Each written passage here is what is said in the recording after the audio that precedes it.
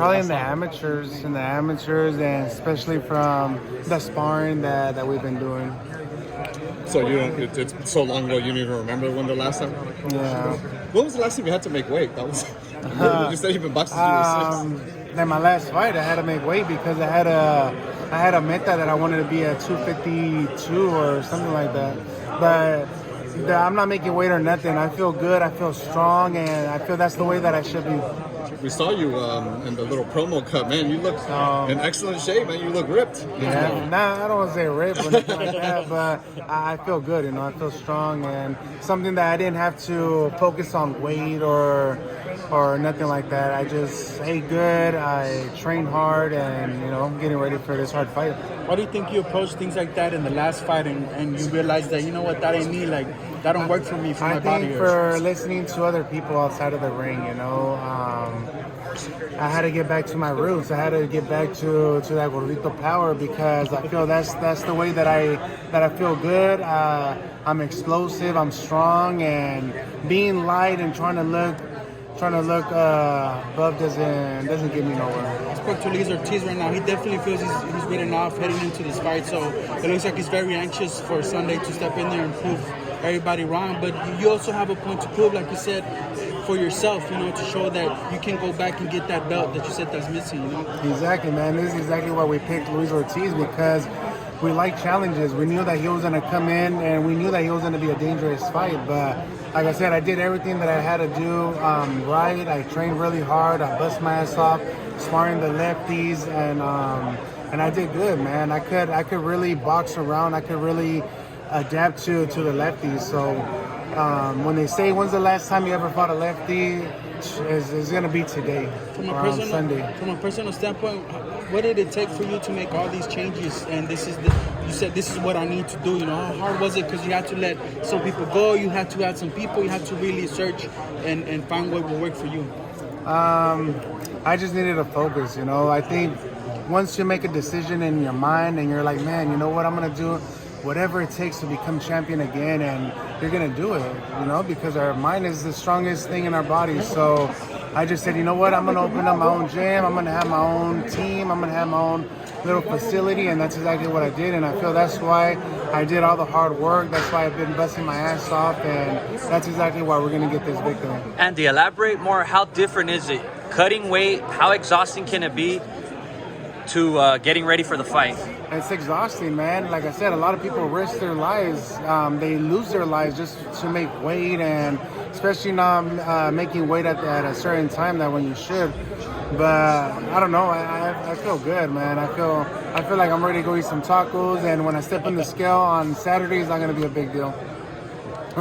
Andy, how was that face-off with Ruiz earlier?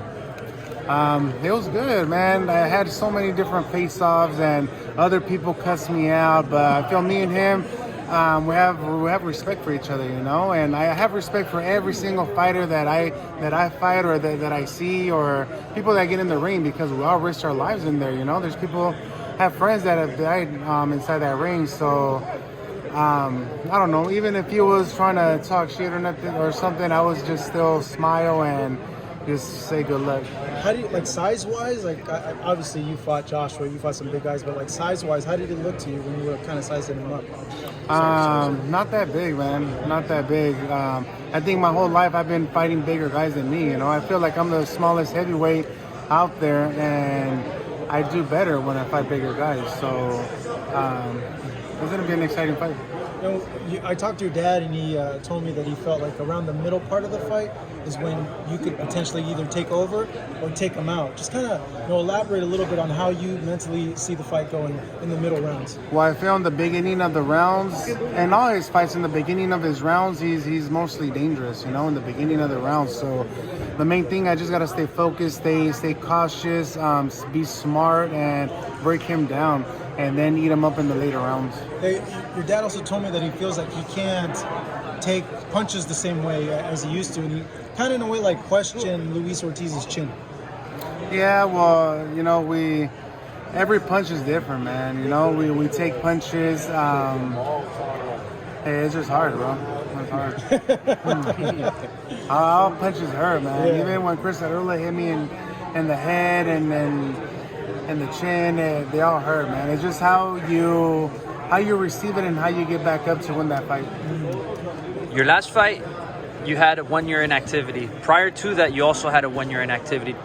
Do you feel the inactivity had to be because of your weight loss, or just simply you needed time to think things out? No, because of the knee surgery that I had as well. You know, not a lot of people don't know that I had to get knee surgery, and I took a little time out, and maybe longer than usual because I was enjoying the family. You know, I worked so damn hard to get to this point, and taking a year off is not gonna hurt, man. As long as you train hard, you bust your ass off. That's why we had a long training camp exactly for this fight, because I'm not underestimating anybody no more.